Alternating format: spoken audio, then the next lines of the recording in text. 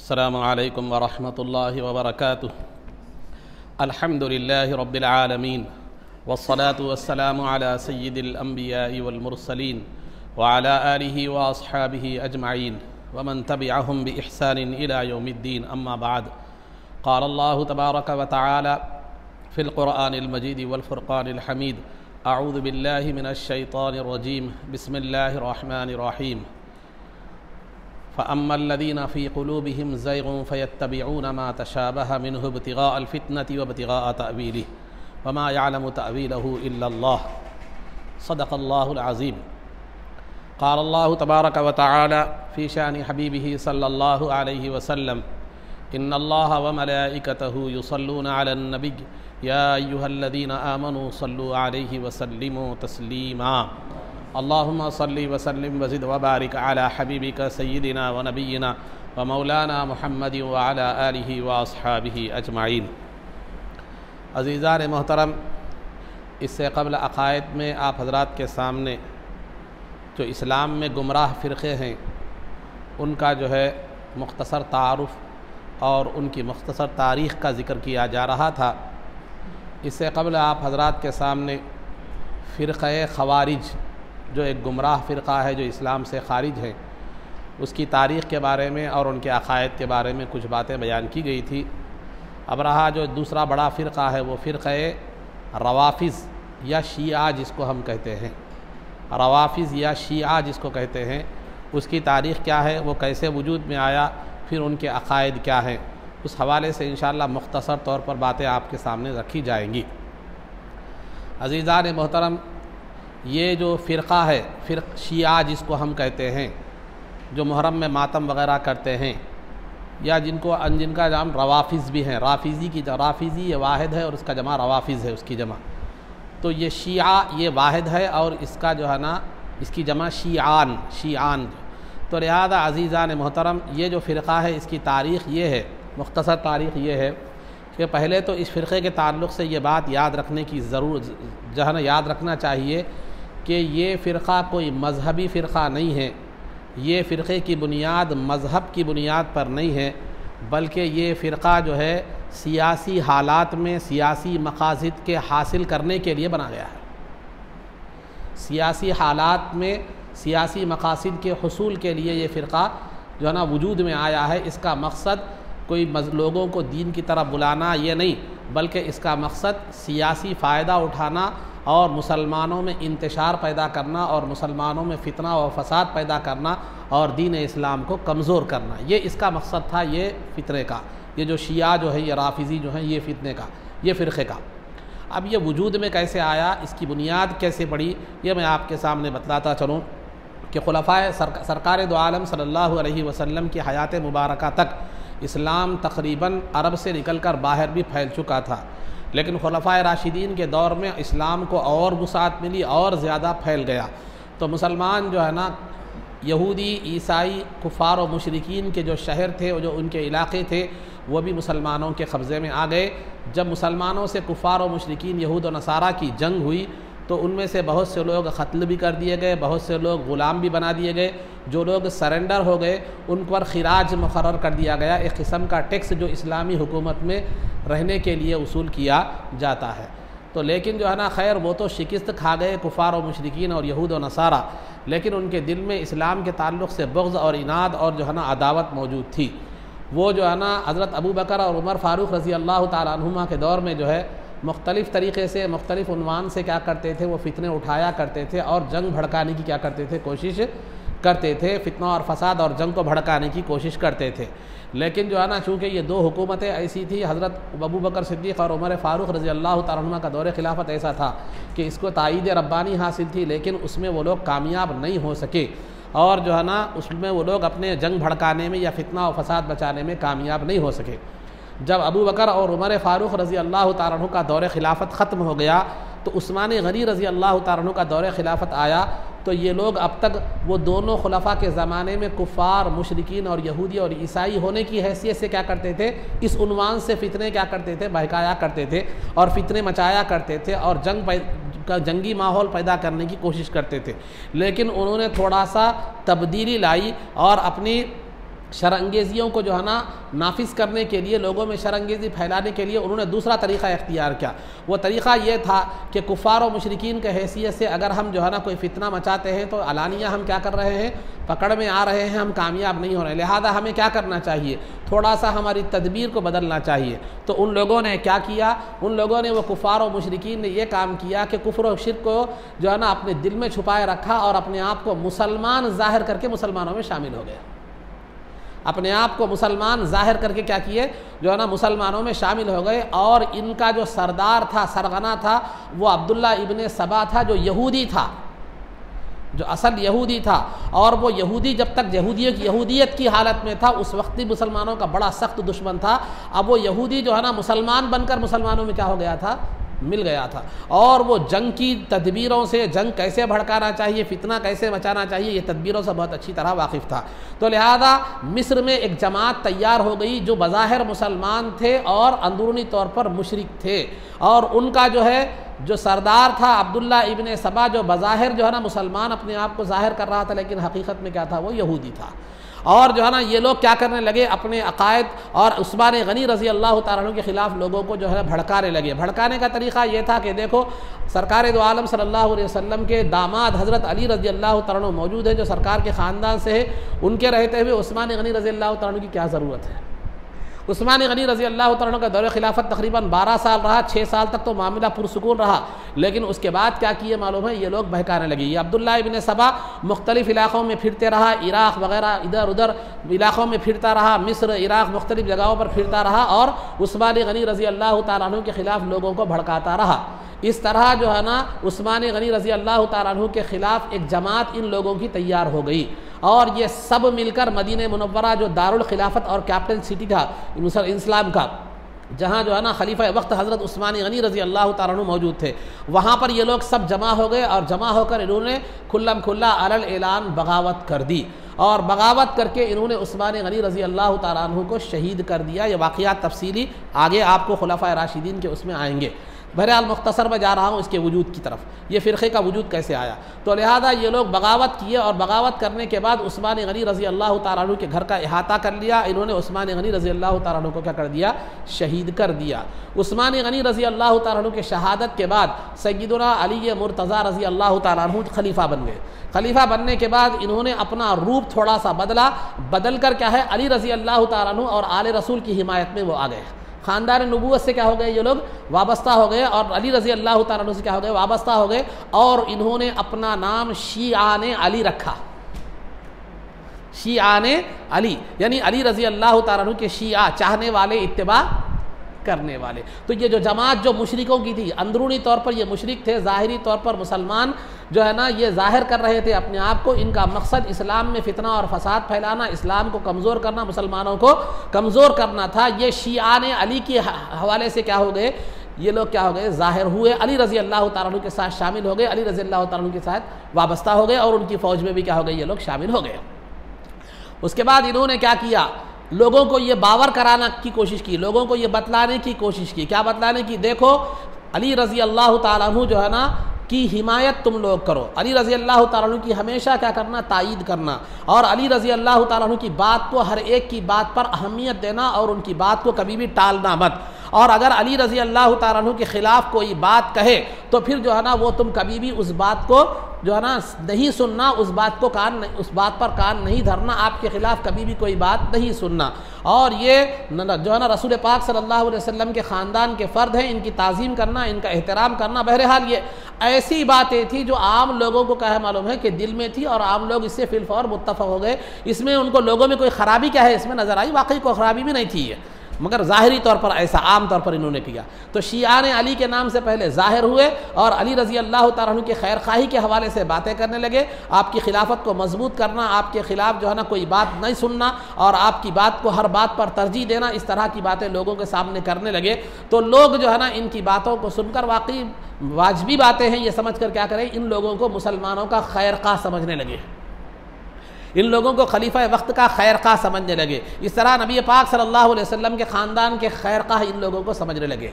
जब अब्दुल्ला इब्ने सबा ने देखा कि मुसलमानों पर हमारी बातों का असर जो है ना शुरू हो चुका है, तो अब ज़ाहिरी बातों, ये आम ऐलान था, ये जो मैंने बातें बतलाई हैं ये आम बातें लोगों में क्या कर रहे थे, फैला रहे थे।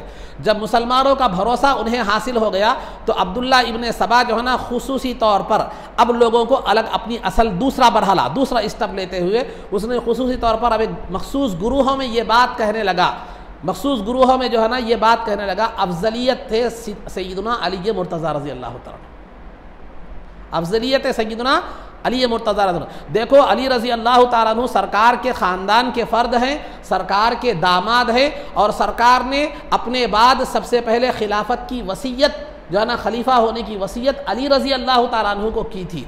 लेकिन अबू बकर और उमर और उस्मान गनी रज़ी अल्लाह तआला अन्हु ने दुनिया की हिरस में, हुकूमत की लालच में और दुनिया की खातिर अली रज़ी अल्लाह तआला अन्हु के खलीफा बनने का जो पहला हक़ था, पहले खलीफा बनने का, उस हक़ को क्या कर दिया, इन लोगों ने छीन लिया। तमाम सहाबा में, तमाम खुलफा में सबसे अफजल अगर कोई है तो वह सय्यदना अली मुर्तज़ा रज़ी अल्लाह तआला अन्हु हैं।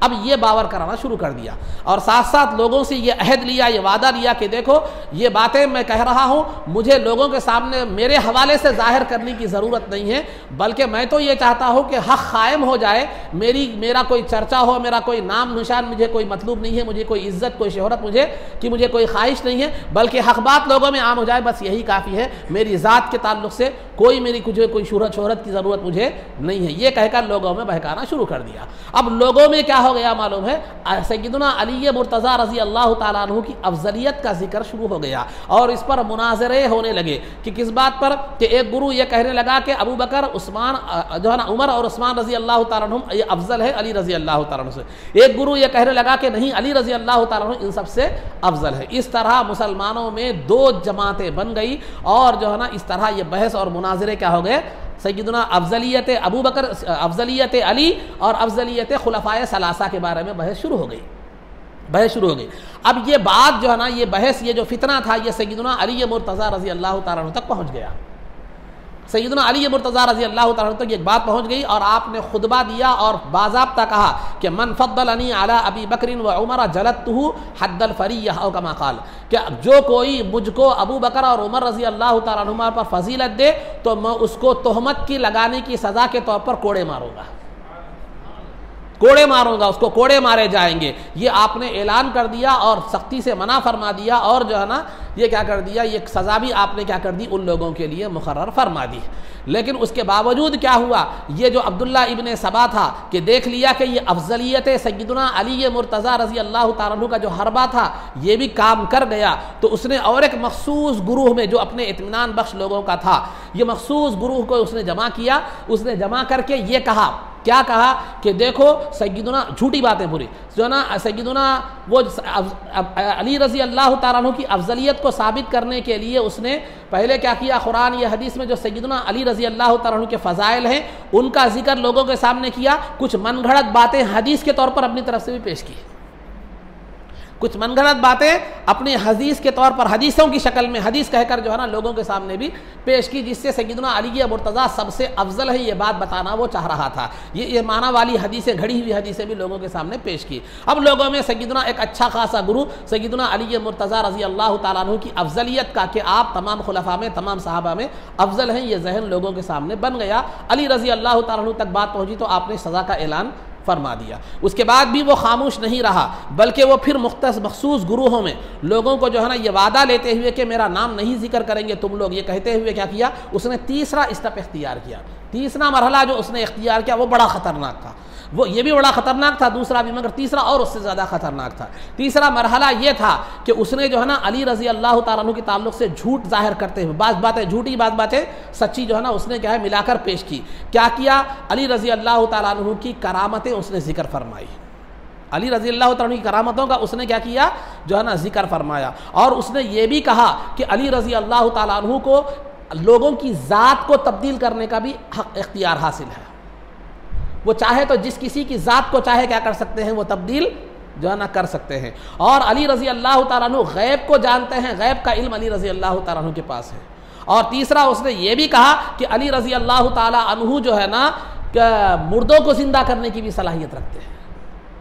और चौथा ये भी कहा कि अली रज़ी अल्लाह तआला अन्हु की फसाहत और बलागत और आपके मशवरे और आपकी हाजिर जवाबी बहुत सबसे ज़्यादा उम्दा है।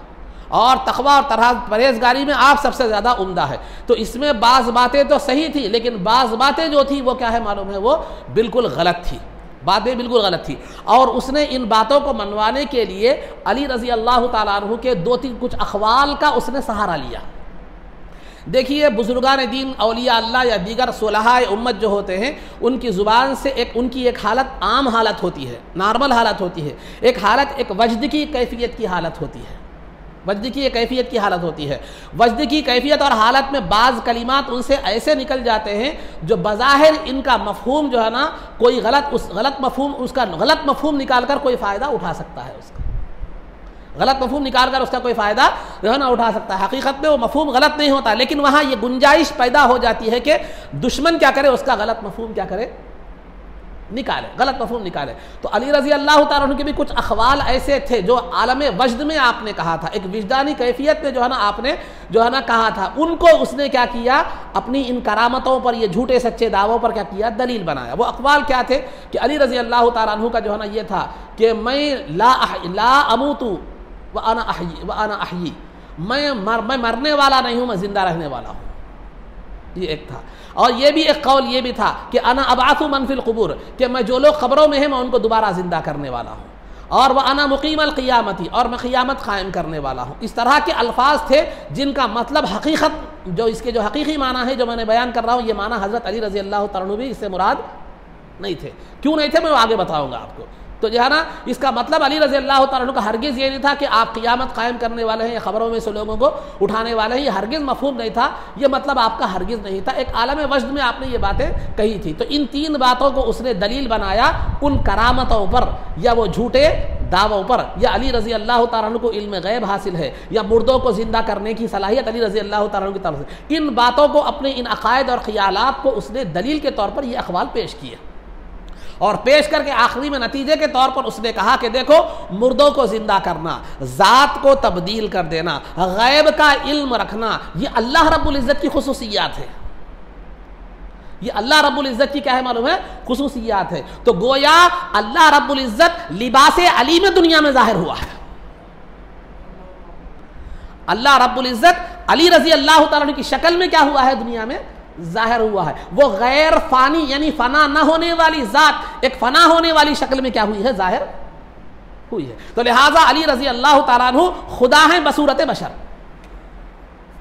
इंसान की सूरत में खुदा है। इस तरह उसने क्या कर दिया, एक माहौल बना दिया, एक माहौल बना दिया। तो शिया में एक फ़िरक़ा अली रज़ी अल्लाह तआला अन्हु के खुदा होने का भी है कि अल्लाह रब्बुल इज़्ज़त अली रज़ी अल्लाह तआला अन्हु की ज़ात में क्या हो गया, हुलूल कर गया, या उसके अंदर समा गया। और इस तरह के जो अकायद जो मैंने ये बयान कर रहा हूँ, उसमें से बाज़ अकायद आज हमारे सुन्नी नुमा मशाइखीन भी बयान कर रहे हैं। ये मशाइखीन, ये सुन्नी नहीं है, याद रखिए, ये शिया जहन रखने वाले हैं, राफिज़ी जहन रखने वाले हैं। और शिया की बुनियाद मुशरिकों पर है, मैंने शुरू से बता रहा हूँ आपको। तो समझे, अली रज़ी अल्लाह तआला अन्हु की, और अभी आगे मैं बताऊँगा, अभी बहुत से अकायद है, मैं सिर्फ अभी तारीख़ पर जा रहा हूँ, अभी तारीख़ पर जा रहा हूँ, अभी दीगर अकायद मैंने बयान नहीं किए।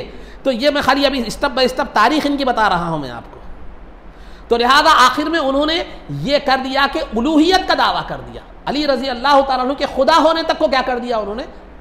उसने अब्दुल्ला इब्न सबा और उसके साथ जो मुशरिकीन थे, बज़ाहिर मुसलमान थे, उन्होंने क्या कर दिया, यहाँ तक लोगों का जहन बना दिया। अली रज़ी अल्लाह तआला अन्हु को इसकी भनक लग गई, और आपने अब्दुल्ला इब्न सबा को भी बुलाया, और उसकी जो मुत्तबीन जो जमात थी, मखसूस गुरु जो था, उन लोगों को भी बुलाया। बुलाकर कहा कि अगर तौबा कर लो तो ठीक है, वरना तुम्हें जिंदा जला दूंगा।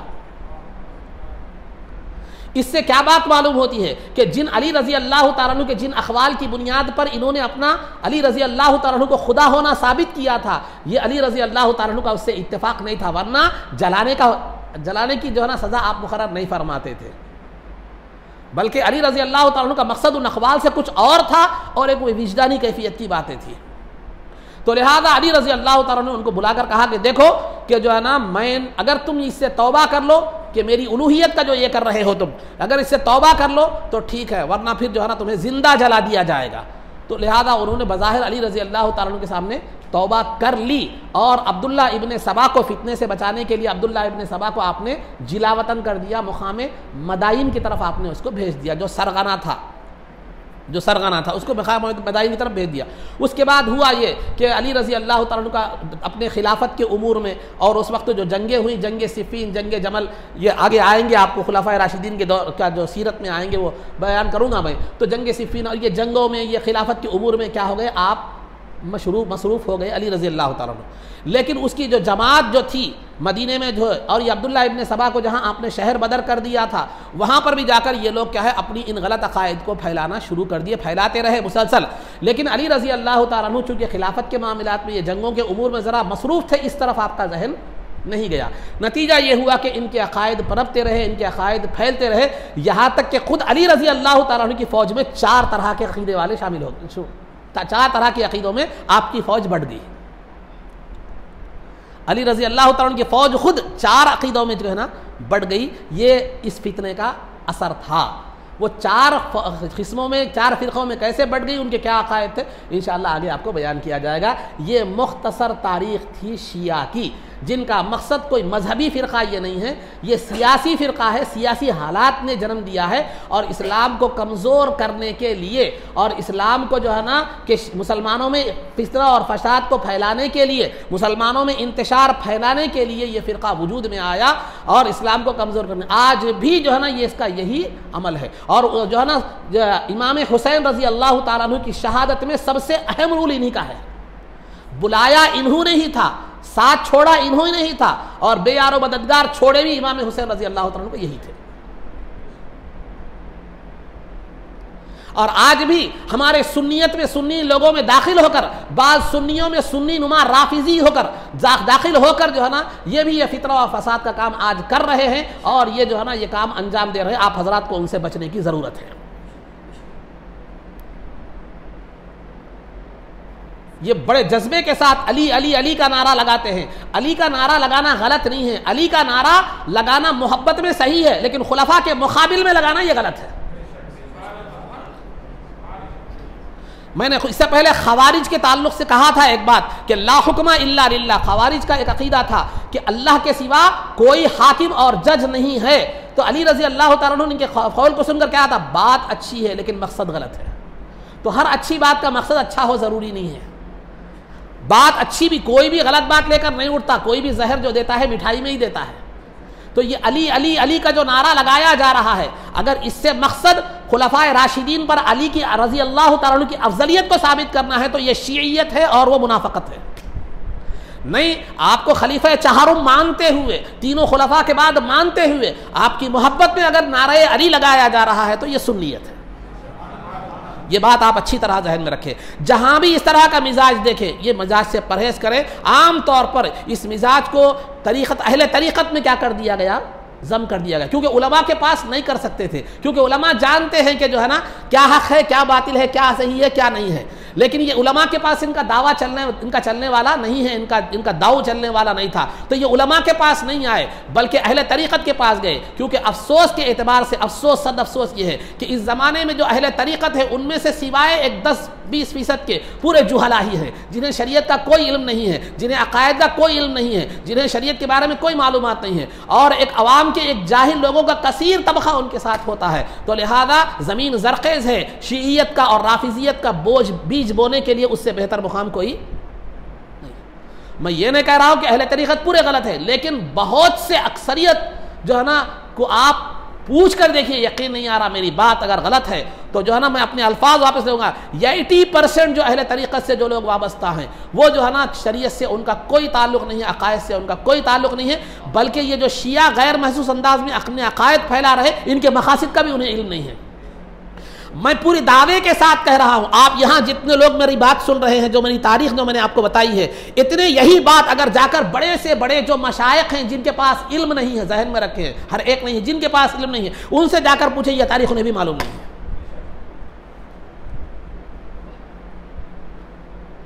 आप लोग उस मामले में इससे ज्यादा जानते हैं। मेरा बोलने का मतलब आप लोग फख्र करो ये बोलना नहीं है, बल्कि इल्म नहीं होने की वजह से ये अकायद उन्होंने जो है ना कभी अशार की शक्ल में, कोई कहता है कि फातिमा नूह अलैहिस्सलाम से ज़्यादा अफजल है, बीबी फातिमा रजी अल्लाह ताला अन्हा को नूह अलैहिस्सलाम से अफजल बताना चाह रही हैं। और शरीयत का ये कुरान की ये आयत है कि अज़वाजुहु उम्महातुहुम, नबी पाक सल्लल्लाहु अलैहि वसल्लम की अज़वाज मुतहरात बीवियाँ ये मोमिनीन की माएँ हैं। तो चूँकि मायों के मुकाबले में यहाँ बीबी फातिमा को माँ कहा जा रहा है, तो इस तरह उम्महातुल मोमिनीन की अहमियत को घटाने की कोशिश की जा रही है। और मैं अभी तो अकायद की तरफ नहीं आया, मैं अकायद की तरफ नहीं आया, मैं सिर्फ अभी आपको पहचान बता रहा हूँ। तो ये यहूदी ये मुशरिक फितना जो है ना, कैसे मुसलमानों में सरायत कर गया, आज भी वो जारी है फितना और फसाद। और अहले सुन्नत के शिराजा बिखेरने के लिए, इंतशार मुंतशिर करने के लिए आज भी वो काम कर रहा है। वो जैसे उन लोगों ने कुफार और मुशरिकीन को कि जो है ना शनाख्त छुपाकर मोमिन होकर दाखिल हो गए थे, मोमिन होकर दाखिल हुए थे, मुसलमान बनकर इस्लाम मुसलमानों में दाखिल हुए थे। यहाँ सुन्नी बनकर सुन्नियत के हवाले से ये फितना फैलाया जा रहा है, तरीक़त के हवाले से ये फितना फैलाया जा रहा है। जबकि औलिया अल्लाह बुजुर्गान दीन की जिंदगियों को पूरा खंगाल कर देख लीजिए, कभी भी किसी का भी वो अकीदा नहीं था जो आज अहले तरीक़त अपनी महफिलों में बयान कर रहे हैं। दावा तो सज्जादा नशीर होने का है, लेकिन ना अकीदा अपने जो है ना साहिब मज़ार का है, ना अमल साहिब मज़ार का है, न किरदार साहिब मज़ार की है, न तक़वा और तहारा साहिब मज़ार का। बिल्कुल मुख्तलिफ है, बिल्कुल मुख्तलिफ है। मैं ये बातें आपको बेहद दे रहा हूँ, जाके आप तहक़ीक़ कर लीजिए। और अकायद भी बताया बयान करूँगा, वो भी सामने रख के आप देख लीजिए। ये तो मुख्तसर तारीख़ थी अकायद के हवाले से। मैंने राफिज़ियत शिया जो कहते हैं वो अपने आप को, उनका खुलासा मैंने आपके सामने बयान किया। तो ये कोई मजहबी फ़िरका नहीं, बल्कि ये सियासी फ़िरका था। सियासी हालात ने इसको जन्म दिया था। इसकी मुख्तलिफ सूरतें बनती रही, जैसे कि मैंने देखा, पहले बताया कि पहले शिया ने अली के हवाले से बात रखे, उसके बाद अफजलियत अली की बात रखे, फिर उसके बाद उलूहियत अली, अली के खुदा रज़ी अल्लाह ताला अन्हु के खुदा होने के हवाले से बात रखी। और हालात जो है ना बदलते बदलते हालात के लिहाज से ये अपने आप को बदलता रहा और अपने रूप और रंग बदलता रहा। अब उसके बाद जो है ना ये चंद बातें शिया के हवाले से, तारीख़ बुनियादी मुख्तसर, तफसील बहुत है इसकी, लेकिन मुख्तसर मैंने आपके सामने रखी। आप इसको जहन में रखिए अगर अपने आप को अहले सुन्नत पर कायम रखना चाहते हैं तो जहाँ भी, मैं जहन में रखिए आप, जहाँ भी अहले बैत की मोहब्बत यकीनन ईमान का हिस्सा है। ये हमारा अकीदा है, ईमान है, सहाबा की भी मोहब्बत और अहले बैत की मोहब्बत। आप जहाँ कहीं भी देख रहे हो अहले बैत की मोहब्बत में गुलू और ज़्यादती को देख रहे हो, उसकी अलामत यह है कि वहाँ सहाबा में से किसी भी सहाबी की, पूरे सहाबा ने किसी भी सहाबी की जहाँ तौहीन या तहकीर या तजलील या कमतर दिखाने के लिए अहले बैत की फजीलत को बयान किया जा रहा है, या किसी नबी की फजीलत को घटाने के लिए अहले बैत को बयान किया जा रहा है, या सरकार की ज़ात को सबसे ज़्यादा अफजल बताने के लिए सरकार से सबसे ज़्यादा, तमाम सहाबा में सबसे ज़्यादा करीब अली रज़ी अल्लाह ताला अन्हु है, ये बताने के लिए आपको तारीफ़ की जा रही है। इस तरह के जरासीम पेश किए जा रहे, तो समझो यहाँ राफिजियत शामिल हो चुकी है, शीइयत अपना जगह घर कर चुकी है, वहाँ फ़ौरन उन मजलिसों से दूर हो जाओ। और औलिया अल्लाह का तरीक़ा यह बतलाया गया है, उनकी सिफ़ात ये बतलाई गई है, वइज़ा मर्रू बिल्लग़वी मर्रू किरामा, कि जब अल्लाह वाले जब किसी लग़ू जो है ना बेकार और बदअक़ीदगी और बदअमली की महफिलों से गुजरते हैं तो अपना दामन बचाते हुए गुजरते हैं। तो औलिया का तरीक़ा यही है, औलिया का तरीक़ा ये है। लेकिन आज औलिया की बारगाहें, तो अफसोस के साथ कहना पड़ता है, उनके नाखलफ और बुरे जानशीनों की वजह से वो जो है ना लघु बदअक़ीदगी और जो है ना बदअमली का क्या हो चुकी है, वो नमूना बल्कि मरकज़ बन चुकी है। ये चंद बातें शिया की तारीख़ के हवाले से मैंने आपके सामने रखी। फिर उसके कितने फ़िरक़े हैं, क्या क्या अक़ायद है, इंशाअल्लाह वो थोड़ा आप बताऊँगा। और मैंने ये तफसील की है, अगर आप इसका हवाला देना चाहते हैं तो शाह अब्दुल अज़ीज़ मुहद्दिस दहलवी रहमतुल्लाहि ताला अलैह, जो शाह वलीउल्लाह मुहद्दिस दहलवी रहमतुल्लाहि अलैह के बड़े फ़र्जंद हैं, हदीस इनके घराने से हिंदुस्तान में आई, तो लिहाजा ये अब्दुल अज़ीज़ मुहद्दिस दहलवी रहमतुल्लाहि अलैह की किताब तुहफ़े इस्ना अशरिया, तुहफ़े इस्ना अशरिया असल फ़ारसी में है ये किताब, इसका उर्दू तर्जमा भी हो चुका है, तो आप उससे पढ़ सकते हैं।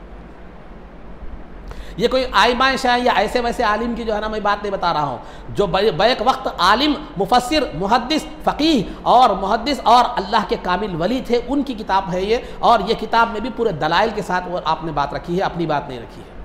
मैंने वजूहात भी बतलाई, ये लोग कहे कि कैसे कैसे कैसा कैसा आए।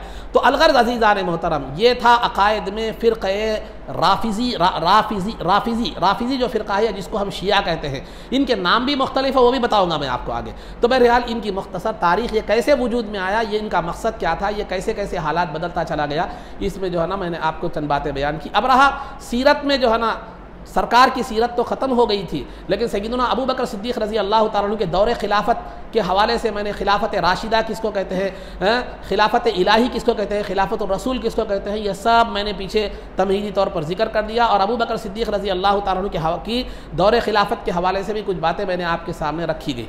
तो अबू बकर सिद्दीक़ रज़ी अल्लाह ताला अन्हु के दौरे खिलाफत में सरकार के विसाल के बाद 3 फितने उठे थे। एक तो मुद्दईयान नबूवत का, नबूवत का दावा करने वालों का, और दूसरा ज़कात के मुनकिरीन का, और तीसरा जो है ना मुर्तिदीन का, जो इस्लाम से फिर गए थे। तो सैयदना अबू बकर सिद्दीक़ रज़ी अल्लाह ताला अन्हु जो है ना इन तमाम फ़िरक़ों का जो है ना आपने सद्दबाब किया, सहाबा को भेजा, उसकी मुख्तसर तफसील मैंने पीछे बयान कर दी है। जब ये अंदरूनी झगड़े ख़त्म हो गए, ये भी अंदरूनी इख्तिलाफ़ात ख़त्म हो गए, ये दाखिली जो निज़ाम में जो इंतशार पैदा हो चुका था वो ख़त्म हो गया। अब सैयदना अबू बकर सिद्दीक़ रज़ी अल्लाह ताला अन्हु के सामने 2 बड़ी ताकतें, सुपर पावर ताकतें, ये चैलेंज थी। एक था ईरान की ताकत और दूसरा रूम की ताकत। ईरान की ताकत और दूसरा रूम की ताकत। ये 2 ताकतें उस वक्त सुपर पावर ताकतें कहलाती थी। आज जैसे अमेरिका और रूस जैसा है, वैसे सुपर ताकतें, सुपर पावर ताकतें कहलाती थी। ईरानी जो है ना अरब से बड़े सख्त दुश्मन थे, सख्त दुश्मन थे अरब के। अरब की दुश्मनी के साथ साथ वो अरब को बहुत हिकारत की नज़र से देखते थे, बहुत ज़िल्लत की नज़र से देखते थे, बहुत कमतरी की नज़र से देखते थे। आपको अरब से दुश्मनी का, ईरान से अरब की दुश्मनी का अंदाज़ा मैं आपको बताता चलूँ कि ईरान में एक बादशाहों में, ईरान के बादशाहों में एक बादशाह था जिसका नाम जुल अक्ताफ था। पहले तो शुरू से देता चलूँ कि सरकार दो आलम सल्लल्लाहु अलैहि वसल्लम ने ईरान के एक बादशाह को जो है ना ख़त भेजा था जिसमें आपने इस्लाम की दावत दी थी।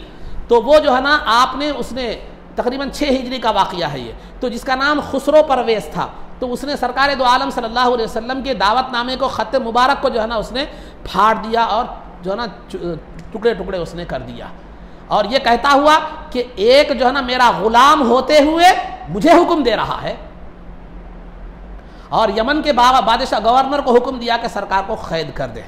लेकिन हुआ ये कि वो नहीं हो सका, चूँकि जिस ज़ात के पीछे ताईद रब्बानी हो दुनिया उसे क्या ज़ेर कर सकती है। तो बहरहाल अज़ीज़ान मोहतरम, ये सरकार के ज़माने से इनकी दुश्मनी का आलम ये था। उसके जो है ना बादशाहों में, ईरान के बादशाहों में एक बादशाह था, उसको जो है ना जुल अक्ताफ से याद किया था, जुल अक्ताफ कहा जाता था। जो है ना अरबी में कतिफुन की जमा अक्ताफ है। अक्ताफ कहते हैं ये हाथ के पीछे जो हड्डियाँ हैं, ये बड़ी हड्डियाँ हैं जो हाथ हैं, ये इनको क्या कहते हैं, अक्ताफ कहते हैं। तो ये अक्ताफ जो है ना उस बादशाह को इसलिए कहा जाता था कि जब भी कोई अरब उनके पास कैद होकर आता तो वो क्या कर देता था, ये हड्डियों के साथ उसे मोढ़े उखाड़ देता था सजा के तौर पर। इस वजह से उसे जुल अक्ताफ कहा जाता था। तो अरब से उनकी दुश्मनी, ईरानियों की दुश्मनी थी ही थी, लेकिन बहुत जलील और हकीर जो है ना समझा करते थे। उनके इलाकों में जो भी अरब के इलाके थे, जो भी अरब के कबाइल जो है ना आबाद थे, उन पर तरह तरह के जुल्म और सितम क्या किया करते थे, किया करते थे। तो इसका सामना था अब इस्लामी हुकूमत को। चुनाचे एक कबीला है वाइल एक कबीला था, वहाँ के कबीले के एक सरदार थे मुसन्ना बिन हारिसा। वो मुसलमान, अकेले मुसलमान थे, लेकिन उनका कबीला पूरा ईसाई था। उन्होंने जो है ना जब ये खुसरो परवेज़ जिसने सरकार का वाला नामा ख़त मुबारक फाड़ा था, वहाँ तक ईरान की हुकूमत मजबूत रही। उसके बाद जो है ना ईरान की हुकूमत का जवाल शुरू हो गया। ये सरकार के ख़त मुबारक के साथ, तहरीर मुबारक के साथ बेहुरमती का वो था। वो जैसे उसने जो है ना ये किया तो हुकूमत कमज़ोर होती गई। लेकिन अबू बकर सिद्दीक़ रज़ी अल्लाह तआला के ज़माने में हुकूमत तो कमज़ोर हो चुकी थी, लेकिन इतनी भी कमज़ोर नहीं हुई थी कि उसे आसानी से क्या कर दिया जा सके, उसको मगलूब कर लिया जा सके, उस पर फतह हासिल की जा सके, उसको अपने कब्ज़े में किया जा सके। तो ये अरब का जो कबीला था, वाइल नामी जो कबीला था, उसके जो सरदार मुसन्ना बिन हारिसा थे, वो चाह रहे थे कि ईरान की हुकूमत की कमज़ोरी का फ़ायदा उठाते हुए उस पर क्या करें, फ़ौज कशी करें। लेकिन उनके कबीले को लेकर फ़ौज कशी करने का कोई जो है ना आसान नहीं था। वो फ़तह, इन मुख्तसर लोगों को लेकर फ़तह हासिल करना मुमकिन नहीं था। तो लिहाजा एक तो उनका कबीला ईसाई था, ये एक मुसलमान थे। तो वो क्या किए, सैयदना अबू बकर सिद्दीक़ रज़ी अल्लाह ताला के पास हाजिर हुए। हाजिर होकर अर्ज़ किया कि ए खलीफतुल मुस्लिमीन, आप जो है ना ईरानियों पर हमला कीजिए, मौका अच्छा है, वो हुकूमत कमज़ोर हो चुकी है। तो लिहाजा आपने जो है ना अबू बकर सिद्दीक़ रज़ी अल्लाह ताला को हमले की दावत दी, खुद भी गए, जाकर अपने कबीले को इस्लाम की दावत दी, उसको मुसलमान किया और अपने कबीले की खुद भी एक फ़ौज तैयार कर ली। इधर सैयदना अबू बकर सिद्दीक़ रज़ी अल्लाह ताला अन्हु सैफ़ुम मिन सुयूफ़िल्लाह, अल्लाह की तलवारों में से एक तलवार, और इस्लाम के बहुत ज़बरदस्त कमांडर खालिद बिन वलीद रज़ी अल्लाह ताला अन्हु को इस मुहिम के लिए भेजा। खालिद बिन वलीद रज़ी अल्लाह ताला अन्हु इस मुहिम के लिए क्या है निकल पड़े, और जो है ना वहाँ पर जाकर आपने एक के बाद ये इसकी बड़ी तफसीली तारीख़ है, लेकिन वो तारीख़ में क्या कर सकता हूँ, बयान नहीं कर सकता, क्योंकि उसके लिए बहुत बड़ा वक्त दरकार है। तो आप एक के बाद जो है ना हर एक का मुकाम को सर करते गए, हर एक अमीरों को, हाकिमों को, छोटे छोटे हाकिमों को जो है ना सर करते चले गए, और मुख्तलिफ लोगों ने जंग की और वो जो है ना तलवार के तहत आ गए, बाज़ लोगों ने मुआहदा किया, सुलह कर लिया। तो बहरहाल खालिद बिन वलीद रज़ी अल्लाह ताला अन्हु बढ़ते तकरीबन पूरे जो है ना ईरानी हुकूमत पर आपने कब्ज़ा कर लिया और उसको इस्लाम के ज़ेर तसल्लुत ला लिया। तो इस तरह ये मसला ख़त्म, ये मसला जो है ना इस्लाम के कंट्रोल में आ गया, इस्लामी हुकूमत का मामला। और दूसरा जो मामला था, दूसरी जो हुकूमत थी वो रूम थी, रूम की हुकूमत। ये बड़ी जो है ना रोमन एम्पायर जिसको आज हम कहते हैं, तो वो बहुत बड़ी जो है ना सुपर पावर हुकूमत थी। उनका दारुस सल्तनत मुल्क शाम था, और उसका जो बादशाह था हिरकल था उसका, और वो जो है ना वो हिरकल था। तो अब बारी थी दूसरी हुकूमत को सर करने की, ये दूसरे दुश्मन को ज़ेर करने की। तो लिहाजा ये लोग रूमी जो है ना मुसलमानों को हकीर तो नहीं समझते थे अरब को, लेकिन दुश्मन बड़े थे, ख़तरनाक दुश्मन थे। एक मरतबा सरकार दो आलम सल्लल्लाहु अलैहि वसल्लम ने जो है ना रूम के बादशाह के पास दिहिया कल्बी रज़ी अल्लाह तआला जो खूबसूरत सहाबी रसूल थे, जो जिब्रील अमीन जिनकी शक्ल सूरत में आया करते थे, तो वो सहाबी रसूल को जो है ना सरकार ने इस्लाम का दावतनामा देकर भेजा। तो उनका माल लूट लिया गया, उनका सामान लूट लिया गया, उनके साथ बेहुरमती की गई। और दूसरे कासिद को बसरा के हाकिम के पास जो है ना रूमियों के तहत था बसरा, तो वहाँ के हाकिम के पास जो है सरकार ने अपने एक सहाबी रसूल को भेजा। तो उन लोगों ने सहाबी रसूल को शहीद कर दिया, जिसके बदले में सरकार दो आलम सल्लल्लाहु अलैहि वसल्लम ने रूमियों से मुकाबले के लिए इस्लाम का एक लश्कर तैयार किया था, जिसको जंगे मूता के नाम से याद किया जाता है। वो लश्कर अभी रवाना नहीं हुआ था, सरकार का विसाल हो गया। तो अबू बकर सिद्दीक़ रज़ी अल्लाह तआला अन्हु खिलाफत संभालते ही पहले इस लश्कर को आपने जारी फरमा दिया, और वो जंगे मूता हुई और रूमियों पर इस्लाम को गलबा हासिल हुआ। तो ये रूमियों वो जंग में मुसलमान जीत गए, वो जंगे मूता में इस मुसलमान तो जीत गए, लेकिन अभी उन पर गलबा हासिल नहीं हुआ था पूरे रूम पर। तो अबू बकर सिद्दीक़ रज़ी अल्लाह तआला अन्हु ने क्या किया कि छोटी छोटी सहाबा की टुकड़ियाँ बनाई, छोटी छोटी सहाबा की टुकड़ियाँ बनाकर रूम के मुख्तलिफ इलाक़ों में जो है ना आपने जो है ना भेजा, उन लोगों को मुख्तलिफ इलाक़ों में भेजा, और मुख्तलिफ इलाक़ों में वो चीज़ें वो जो है ना वो चली गई इस्लाम की मुसलमानों की मुख्तलिफ सहाबा की कमांडिंग में। वो छोटी छोटी टुकड़ियाँ सरकार ने ये अबू बकर सिद्दीक़ रज़ी अल्लाह तआला ने भेजा। जिस वक्त अबू बकर सिद्दीक़ रज़ी अल्लाह तआला अन्हु ने रूम पर हमला किया, रूम की सल्तनत और रूम पर हमला किया, उस वक्त जो है ना उनका जो बादशाह हिरकल था वो हिम्स के मुकाम में मौजूद था। वहाँ पर उसको इत्तला मिली कि मुसलमान क्या कर रहे हैं, रूमियों पर हमला करने वाले हैं। तो उसने क्या किया कि उसने भी छोटी छोटी टुकड़ियाँ बनाकर मुसलमानों की टुकड़ियों के मुकाबले में भेजी, क्योंकि जब ये मुसलमानों की टुकड़ियाँ उन टुकड़ियों से जो है ना बरसरे पैकार रहेंगी, जंग करती रहेंगी, तो इस तरह मुसलमानों की जंग की फ़ौज को मुत्तहिद होने का मौका नहीं मिलेगा, मुत्तहिद होने का मौका जो है ना नहीं मिलेगा। तो लिहाजा ये जंगें चलती रही, लेकिन बसा औक़ात एक मुकाम पर ऐसा भी आ गया कि मुसलमानों की फ़ौजें जो है ना रूमियों की फ़ौजें मुसलमानों के फ़ौजों पर गालिब आने लगी। तो फ़ौरन जो है ना वहाँ पर जो कमांडर थे, मुसलमान जो कमांडर थे, उन्होंने जो है ना अबू बकर सिद्दीक़ रज़ी अल्लाह तआला अन्हु को जो है ना ख़त लिख कर भेजा, और फ़ौज की ज़रूरत है, लिहाजा और फ़ौज जो है ना भेजिए।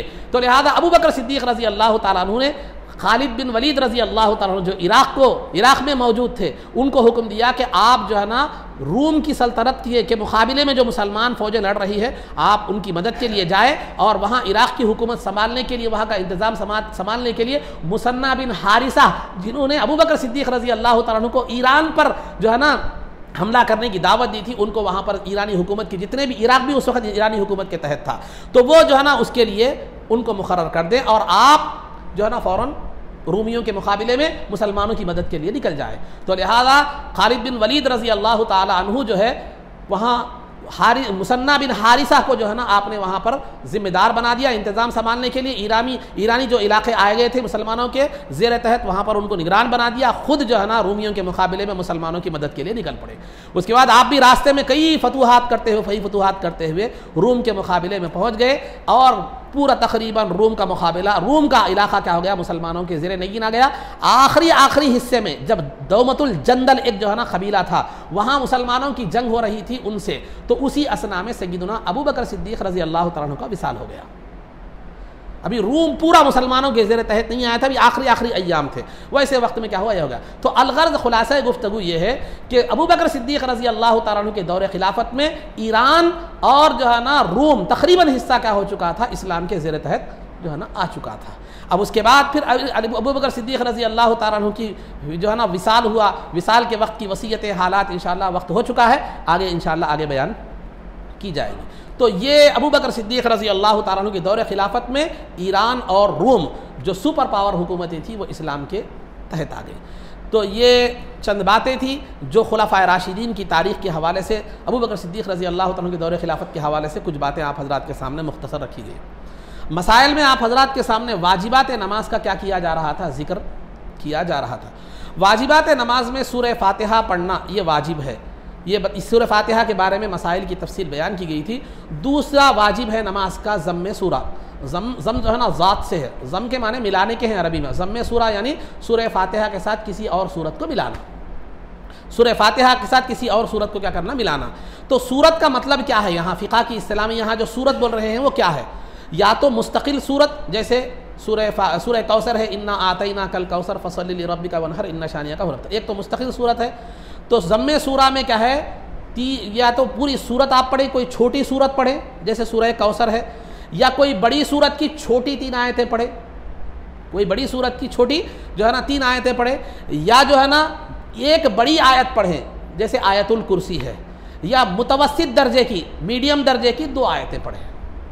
ज़म्मे सूरा कहते हैं या तो एक पूरी बड़ी आयत पढ़ना जैसे कि आयतुल कुर्सी है, या छोटी 3 आयतें पढ़ना जैसे सूरह कौसर है, या कोई सी भी सूरत की छोटी जो है ना 3 आयतें, या क्या है मालूम दरमियानी दर्जे की 2 आयतें जो इन्ना आतैना कल कौसर से बड़ी हो, अल्लाहु ला आयतुल कुर्सी से क्या है मालूम है छोटी हो। तो दरमियानी दर्जे की 2 आयतें, ये तीनों में से कोई एक पढ़ना ज़म्मे सूरा कहलाता है और ये वाजिब है। या तो बड़ी आयत या छोटी 3 आयतें या दरमियानी दर्जे की 2 आयत, इन तीनों में से कोई एक पढ़ना ये क्या है वाजिब है, जिसको हम क्या कहते हैं ज़म्मे सूरा के उन्वान से याद ज़म्मे सूरा कहते हैं। ज़म्मे सूरा सूरह फ़ातिहा के बाद पढ़ना वाजिब है, सूरह फ़ातिहा से पहले नहीं। अगर आपने सूरह फ़ातिहा से पहले ज़म्मे सूरा पढ़ लिया है तो फ़ौरन जो है ना याद आते ही सूरह फ़ातिहा पढ़ लें, फिर उसके बाद ज़म्मे सूरा पढ़ें, आखिरी में सज्दे सहू करेंगे, आखिरी में सज्दे सहू करेंगे। तो ज़म्मे सूरा, तो सूरह फ़ातिहा, आप यहाँ पर बाज़ लोगों को इश्काल हुआ था कि मैंने इससे पहले ये बात बताई गई थी कि नमाज के फ़राइज़ में से क़िराअत भी एक फ़र्ज़ है, क़िराअत भी एक फ़र्ज़ है, यानी क़ुरआन का पढ़ना भी एक फ़र्ज़ है। कम अज़ कम क़ुरआन की एक आयत पढ़ना फ़र्ज़ है, कम अज़ कम क़ुरआन की एक आयत पढ़ना फ़र्ज़ है। सूरह फ़ातिहा और ज़म्मे सूरा पढ़ना वाजिब है। तो बाज़ लोगों को ये इश्काल हुआ था कि वो एक आयत पढ़ना जो फ़र्ज़ है सूरह फ़ातिहा और ज़म्मे सूरा के अलावा एक आयत अलग से पढ़ना है या नहीं, ये सूरह फ़ातिहा और ज़म्मे सूरा में दाखिल है। तो ये सूरह फ़ातिहा और ज़म्मे सूरा में दाखिल है। आपने अल्हम्दुलिल्लाह रब्बिल आलमीन पढ़ लिया है तो फ़र्ज़ क्या हो गया, अदा हो गया। पूरी सूरह फ़ातिहा और ज़म्मे सूरह फ़ातिहा पढ़ते हैं तो एक वाजिब अदा हो गया, पूरी ज़म्मे सूरा पढ़ते हैं तो एक दूसरा वाजिब क्या हो गया, ये अदा हो गया। तो वो एक आयत जो पढ़ना फ़र्ज़ है वो इसमें खुद दाखिल है, इससे अलहदा नहीं है। आपको सूरह फ़ातिहा पढ़कर ज़म्मे सूरा पढ़कर फिर अलहदा से एक आयत पढ़ने की ज़रूरत नहीं। ऐसा एक इश्काल हो गया था तो मैंने उसके सामने वजाहत कर दी आपके सामने। तो बहरहाल सूरह ज़म्मे सूरा पढ़ना क्या है मालूम है, ये वाजिब है। ज़म्मे सूरा पढ़ना ये वाजिब है और हर मुसलमान को कम अज़ कम एक आयत याद करना फ़र्ज़ है, कम अज़ कम एक आयत याद करना फ़र्ज़ है। सूरह फ़ातिहा और ज़म्मे सूरा पढ़ना, याद करना, हिफ्ज़ करना वाजिब है, और अगर नहीं करा तो गुनाहगार होगा, नहीं करा तो गुनाहगार। बाकी और ज़्यादा याद करना, यानी ज़म्मे सूरह फ़ातिहा और एक ज़म्मे सूरा आपने याद कर लिया तो वाजिब अदा हो गया। बाकी और जितना ज़्यादा याद करेंगे आप मसनून है, मुस्तहब है, जितना ज़्यादा कुरान याद होगा उतना ज़्यादा बेहतर है। जिसके कुरान सीने में कुरान जितना ज़्यादा महफूज होगा, जितना ज़्यादा महफूज होगा उतनी सआदतमंदी की जो है ना बात है और बेहतरी की जो है ना बात है। तो लिहाजा ज़म्मे सूरा, तो ज़म्मे सूरा किसको कहते हैं, एक बड़ी आयत या छोटी 3 आयतें या दरमियानी दर्जे की 2 आयतें। और ज़म्मे सूरा सूरह फ़ातिहा के बाद पढ़ना है, और ज़म्मे सूरा पढ़ना क्या है मालूम है, वाजिब है।